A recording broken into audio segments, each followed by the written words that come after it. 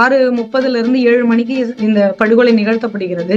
8 மணில இருந்து 8:30க்குள்ள இவங்க அண்ணா நகர் காவல் நிலையத்துல பிடிபடுறாங்களோ, சரணடைஞ்சாங்களோ, முன் சரணா பிடியான்றதே முன்னுக்கு பின் முரணான செய்திகளா எங்களுக்கு சேருது. இந்த வார்த்தை எதற்காக பயன்படுத்துறீங்க? கட்ட பஞ்சாயத்து அப்படின்னு சொல்லிட்டு எனக்கு புரியல. கட்ட பஞ்சாயத்து இங்க யார் பண்ணல? சோனியா காந்தியில இருந்து ராகுல் காந்தியில இருந்து மோடி வரைக்கும், ஏன் இன்னைக்கு இருக்கக்கூடிய தமிழக முதல்வர் வரைக்கும் எல்லாரும் கட்ட பஞ்சாயத்து பண்றவங்க தானே. நீங்க இத்தனை ஆண்டு காலம் நாங்க படிச்சதையே நாங்க போட்ட பிச்சைன்னு பேசிக்கிட்டு இருக்கீங்க.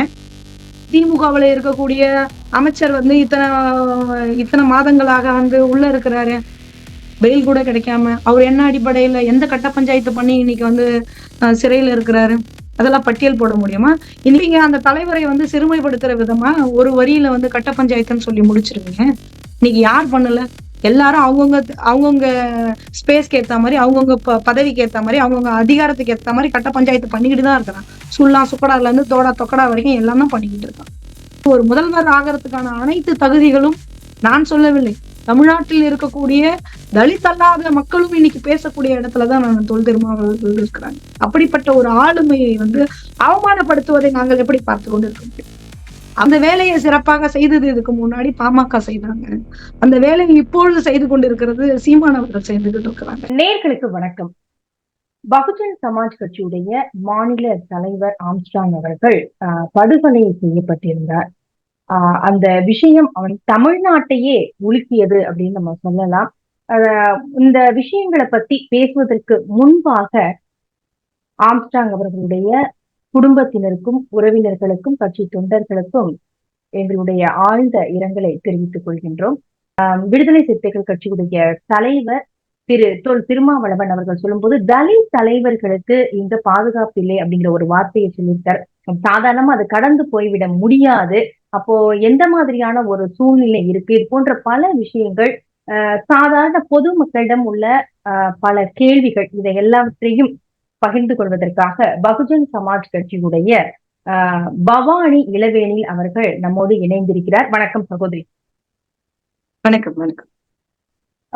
ஒரு விஷயம் நம்ம ஓப்பனா கேட்கணும் அப்படின்னு சொன்னா, ஒரு தலித் தலைவராக அந்த மக்களை ஒரு செம்மைப்படுத்துவதற்கான முயற்சிகளை மேற்கொண்டார் அப்படின்னு ஒரு பக்கம் சொன்னாலும், இன்னொரு பக்கம் கட்ட பஞ்சாயத்து அப்படிங்கிறது ஒரு ஒரு முறையா இருக்கு இவங்க கிட்ட. சோ இதுதான் இந்த கொலை வரைக்கும் கொண்டு போயிருக்கு அப்படின்னு சொல்றாங்க. அப்ப இது எப்படி இவர் மாநில தலைவரா ஆகுறதுக்கு முன்னாடி அவருடைய வாழ்க்கையில இருந்த விஷயமா, அல்லது மாநில தலைவர் ஆனதற்கு பின்பும் இது தொடர்ந்ததா? இல்லைங்க, இப்போ நீங்க மட்டும் இந்த வார்த்தையை பிரயோகப்படுத்தல. இன்னைக்கு கடந்த ஒரு 4 நாட்களா இருக்கக்கூடிய எல்லா மீடியாக்களும், அது மெயின் ஸ்ட்ரீம் மீடியாக்களா இருக்கட்டும், இல்ல ஊடகங்கள், யூடியூப்பா இருக்கட்டும், எல்லாமே இந்த வார்த்தையை எதற்காக பயன்படுத்துறீங்க? கட்ட பஞ்சாயத்து அப்படின்னு சொல்லிட்டு எனக்கு புரியல. கட்ட பஞ்சாயத்து இங்க யாரு பண்ணல? சோனியா காந்தியில இருந்து ராகுல் காந்தியில இருந்து மோடி வரைக்கும், ஏன் இன்னைக்கு இருக்கக்கூடிய தமிழக முதல்வர் வரைக்கும் எல்லாரும் கட்ட பஞ்சாயத்து பண்றவங்க தானே. அப்போ ஒரு தலித்துகள் ஒரு பாதிக்கப்பட்ட மக்கள் பக்கத்துல நின்று அவர்களுக்கான நீதிக்காக இல்ல அவர்களுக்கான பிரச்சனைகளுக்காக இங்க கூட இருந்துட்டா அவங்க கட்ட பஞ்சாயத்து பண்றாங்க அப்படின்னு ஏதாவது சொல்லணும் அப்படிங்கிற உளவியல் இங்க இருக்குதா தமிழ்நாட்டுல? இல்ல, குரல் கொடுக்கறதுங்கிறது வேற. இப்ப அவங்களுடைய தரப்புல இருந்து ஒரு காவல்துறை அதிகாரி கிட்ட நான் பேசும்போதே அவங்க என்ன சொல்றாங்க அப்படின்னா, குரல் கொடுக்கிறது, மக்களுக்காக போராடுறதுங்கிறது வேற. ஆனா இந்த விஷயங்களை தீர்த்து வைக்கிறதுக்காக இந்த மாதிரி முறை அப்படிங்கிறது முன்னாடி காவல்துறையிலேயே இருந்துதான். அதாவது சமரசம் பேசி வச்சிருவாங்க, அது இப்ப இல்ல, நீங்க கோர்ட்டுக்கு போங்கன்னு சொல்லும் போது அந்த மக்கள் போகாம இந்த வழிக்கு வர்றாங்க அப்படின்னு. சோ இந்த தீர்க்கிற முறைன்னு இருக்குல்ல, இந்த முறையிலதான் சிக்கலான்னு கேக்குறேன். இந்த முறையெல்லாம் எல்லா தலைவர்களும் பின்பற்றாங்களா இல்ல எந்த இடத்துல இது சிக்கலா மாறுது? தெளிவுக்காக தான் கேட்கல. இல்லைங்க, இது அவர் மேல எந்த குற்ற பின்னணியும் கிடையாது. அவர் முன்னாடி இருந்தது, அந்த வழக்குல இவருக்கும் எந்த சம்பந்தமும் இல்லைன்னு எல்லாரும் விடுவிக்கப்பட்டிருக்கு. அப்படி எதனா ஆதாரங்கள் இருந்தா காட்டுங்க. அவர் பேர்ல எந்த வழக்கு குற்ற பின்னணியும் இல்லை, வழக்கு பதிவு செய்யப்படல. இப்ப எல்லாத்துல இருந்தும் விடுவிக்கப்பட்டாச்சு. இப்ப இது எதனால இது தொடர்ந்து இது முன்வைக்கிறாங்க? பாதிக்கப்பட்ட மக்கள் நாங்க நீதிமன்றத்துக்கு போக முடியாதுங்க. இப்போ நீங்க சொன்ன மாதிரி காவல் நிலையத்திலேயே இது முடிச்சு வச்சிருவாங்க, அப்படி ஒரு வழக்கம் இருந்தது.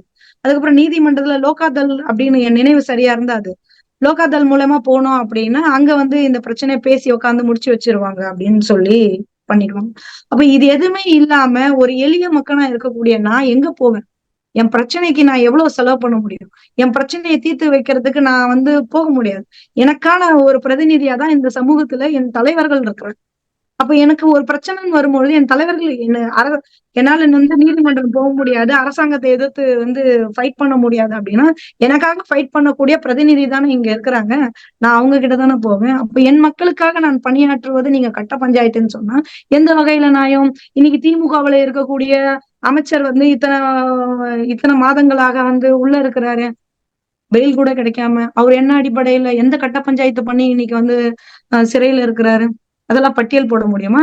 இன்னைக்கு வந்து வெற்றி பெற்ற திமுகவில் இருக்கக்கூடிய இல்ல மற்ற கட்சிகள்ல இருக்கக்கூடிய எம்பிக்களையும் எம்எல்ஏக்களையும் எத்தனை பேருக்கு குற்ற பின்னணி இருக்குது? எத்தனை பேருக்கு குற்ற பின்னணியோட இன்னைக்கு எம்பிக்களாவும் எம்எல்ஏக்களாவும் இருக்கிறாங்க. இப்ப அதெல்லாம் இங்க பேசு பொருளா பேசப்படுறது கிடையாது. ஒரு தலித்துகள் பாதிக்கப்பட மக்களுக்கு பக்கத்துல இருந்து அவங்களுக்கான உரிய நீதிக்காக பேசிட்டா அந்த தலைவர்கள் வந்து கட்ட பஞ்சாயத்து தலைவர்கள் எப்படி முத்திர குத்துறீங்க? இது நியாயமே கிடையாது. எங்க எங்க எங்க மக்களுக்காக நாங்க வந்து பேசுறோம், எங்க மக்களுக்காக பாடுபடுறோம்னு உடனே கட்ட பஞ்சாயத்தா? எந்த அடிப்படையில சொல்லுவீங்க? இது தொடர்ந்து இந்த மாதிரியான குற்றச்சாட்டுகளை தொடர்ந்து முன் வச்சுக்கிட்டு இருக்கிறாங்க. நாங்க மக்களின் பக்கம் நின்னோம். அதுல பிரச்சனை வந்தது. அந்த பிரச்சனையின் அடிப்படையில வந்து இப்படியான ஒரு மிகப்பெரிய ஒரு உயிரை வந்து பறி கொடுத்துட்டு இன்னைக்கு நின்றுகிட்டு இருக்கோம். இது எப்படிங்க அந்த தலைவரை வந்து சிறுமைப்படுத்துற விதமா ஒரு வரியில வந்து கட்ட பஞ்சாயத்துன்னு சொல்லி முடிச்சிருவீங்க? இன்னைக்கு யார் பண்ணல?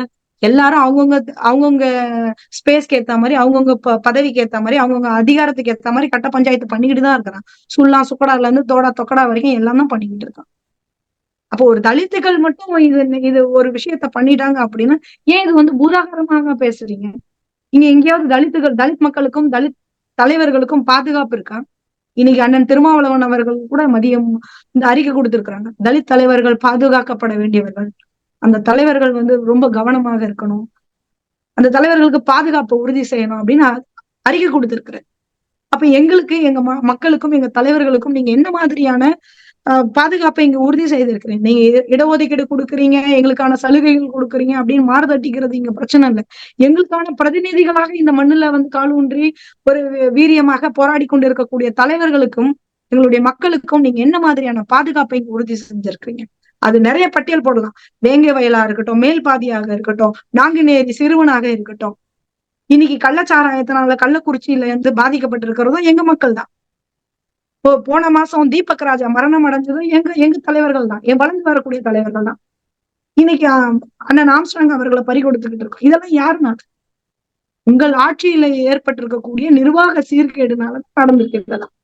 யாருக்கிட்ட இப்ப இந்த உங்களுடைய மக்களுக்கும் சரி, தலித் மக்களுக்கும் தலைவர்களுக்கும் அச்சுறுத்தல் தொடர்ந்து நடந்துகிட்டு இருக்கு, பாதுகாப்பு இல்லைன்னா யாருக்கிட்ட இருந்து இந்த அச்சுறுத்தல் வருது? யாருக்கிட்ட இருந்து காப்பாற்றப்பட வேண்டியதாக இருக்கிறது?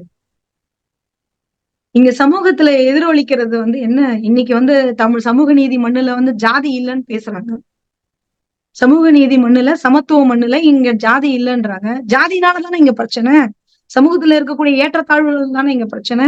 அப்ப அந்த சமூகத்துல இருக்கக்கூடிய ஏற்றத்தாழ்வுகளை களைவதற்கு இந்த ஆளுகின்ற அரசு, சமூக நீதி பேசக்கூடிய அரசு என்ன மாதிரியான செயல்பாடுகளை முன் வச்சிருக்கிறாங்க?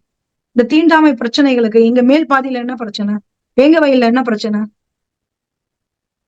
என்ன பிரச்சனை? தலித் மக்கள் வந்து இங்க வந்து வாழக்கூடாது, கோவிலுக்குள்ள போக கூடாது, அவன் தண்ணி கூட குடிக்க கூடாதுங்கிறதான் பிரச்சனை. 60 ஆண்டு காலமாக திமுகவும் அதிமுகவும் மாறி மாறி இவங்கதான் ஆட்சி அதிகாரத்துல இருந்தாங்க. இன்னைக்கும் எங்களுக்கு தண்ணி குடிக்கிறது கூட இங்க பிரச்சனை. அப்ப சமூகத்துல இருக்கக்கூடிய இந்த பிரச்சனைகளை களைவதற்கு அரசாங்கம் தானே இதுக்கான முடிவுகளை எடுத்திருக்கணும். அரசாங்கம் தானே இந்த வீரியமா இதுக்கு செயல்பட்டு இருக்கணும். இந்த பிரச்சனைகளை களைவதற்கு, இந்த தீண்டாமைகளை இருக்கக்கூடாதுன்றதுக்காக யாரு விகிரசா வேலை பார்த்திருக்கணும்?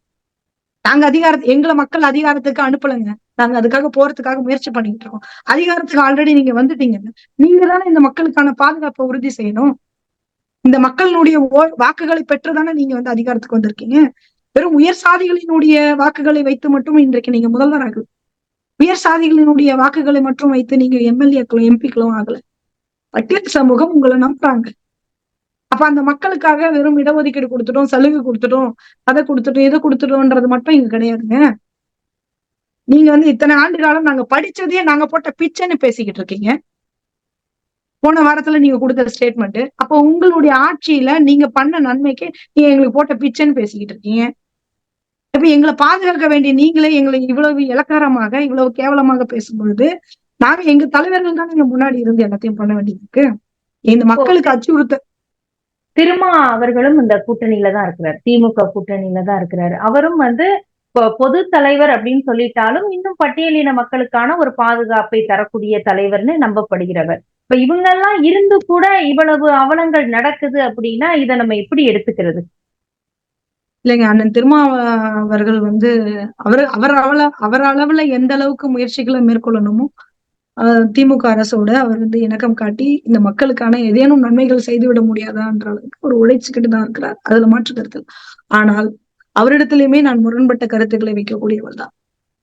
நம்முடைய சமுதாய மக்களை ஏன் மறைந்த எங்களுடைய தலைவரான ஆம்ஸ்ட்ராங் அவர்கள் கூட ஒரு மேடை பேச்சில பேசியிருக்கிறார். என்னுடைய தாத்தா, என்னுடைய அப்பா எல்லாம் திமுகவுல இருந்தாங்க, அண்ணா திமுகவுல இருந்தாங்க. நாங்க அண்ணா திமுகவும் திமுகவும் வேணாம்டா, நாங்க தனி அமைப்பு, அம்பேத்கரிய அமைப்பு, தலித்திய அமைப்புன்னு வந்துட்டோம். எங்களை திரும்பவும் கொண்டு போயிட்டு நம்ம எதுக்கு திரும்பவும் திமுக அண்ணா திமுகவோட கூட்டணிங்கிற பேர்ல நாங்க இருக்கணும். அதுக்கு நம்ம அந்த கட்சியில இருந்துட்டு போயிடலாமே. அப்ப இந்த முரண்பாடுகள் எங்களுடைய தனிப்பட்ட முறையில அண்ணன் திருமாவர்கள் மீது நாங்க எப்போதுமே இந்த உரையாடல்கள் எப்போதுமே இருக்கும். ஆனா அவருடைய செயல்பாடுகள் என்பது தொடர்ந்து இந்த மக்கள் வந்து முன்னேறுவதற்கான எல்லா விதமான செயல்பாடுகளையும் முன் வச்சுக்கிட்டு தான் இருக்கிறார். என்ன இதுல வந்து அதிகாரத்தில் இருப்பவர்கள் எப்பொழுதுமே வந்து தலித் தலைவர்களையும் தலித் மக்களையும் வந்து ஒரு ஏளனமாக பார்த்து கொண்டிருக்கக்கூடிய சூழல் இருக்கு இல்லையா? அதை தான் நாங்க வன்மையா கண்டிக்கிறோம். தொடர்ந்து நான் இத்தனை ஆண்டுகாலம் ஊடகங்கள்ல பேசும்பொழுது இந்த மாதிரியான ஒரு போக்கை வந்து அதிகாரத்துல இருக்கிறவங்க தொடர்ந்து கடைபிடிக்கிறாங்கன்னா நம்முடைய வாக்குகளை நம்ம ஒருநிலைப்படுத்தாததனுடைய விளைவுதான் உங்களுக்கு மரியாதையின்மையாக நடத்துறாங்க. அதனால முதல்ல நம்முடைய வாக்குகளை ஒருநிலைப்படுத்தணும். அந்த வேலையை சிறப்பாக செய்தது இதுக்கு முன்னாடி பாமக செய்தாங்க. அந்த வேலையை இப்பொழுது செய்து கொண்டிருக்கிறது சீமானவர்கள் செய்துகிட்டு இருக்கிறாங்க. சோ அப்ப நம்முடைய ஓட்டுகளை நம்ம ஒருநிலைப்படுத்திட்டோம் அப்படின்னா ஆட்டோமேட்டிக்கா அதிகாரத்துல இருக்கிறவங்களுக்கு நம்ம தேவை. நம்மளை தேடி அவங்க வரப்போறாங்க அப்படிங்கிற ஒரு குற்றச்சாட்டை, ஒரு கோரிக்கையை நான் தொடர்ந்து அண்ணன் அவர்கள் இடத்துல நான் வச்சுக்கிட்டு தான் இருக்கேன். அண்ணன் அவர்களுடைய இத்தனை ஆண்டு கால பணி இந்த மக்களுக்காக அவர் உழைத்தது வீண் போய்விடக்கூடாது. அண்ணன் அவர்கள் வந்து ஒரு முதல்வர் ஆகிறதுக்கான அனைத்து தகுதிகளும் நான் சொல்லவில்லை. தமிழ்நாட்டில் இருக்கக்கூடிய தலித் அல்லாத மக்களும் இன்னைக்கு பேசக்கூடிய இடத்துலதான் நான் தொல் திருமாவளவர்கள் இருக்கிறாங்க. அப்படிப்பட்ட ஒரு ஆளுமையை வந்து அவமானப்படுத்துவதை நாங்கள் எப்படி பார்த்து கொண்டு இருக்க முடியும்? அவரை அவமானப்படுத்துவதுங்கிறது ஒரு சமூகத்தையே அவமானப்படுத்துவதற்கான சமம் தான். அதனால அவரு எதிர்காலத்துல இதையெல்லாம் புரிந்து கொண்டு அவரோட வந்து இந்த மக்களுக்காக இன்னும் பணிகளை மேற்கொள்வார். இந்த சமூக விடுதலைக்காக உழைத்துக் கொண்டிருக்கிறார், உழைப்பார் அப்படிங்கிற நம்பிக்கையோடு அவரை நாங்க பாக்குறோம். நிச்சயமா இதுக்கெல்லாம் விரைவில் விடிவு காலம் பிறக்கும் அப்படின்னு நம்புவோம். நன்றி சகோதரி. நன்றி நன்றி. ஹாய் வியூவர்ஸ், மசாலா விஷன் சேனலை மறக்காம சப்ஸ்கிரைப் பண்ணுங்க.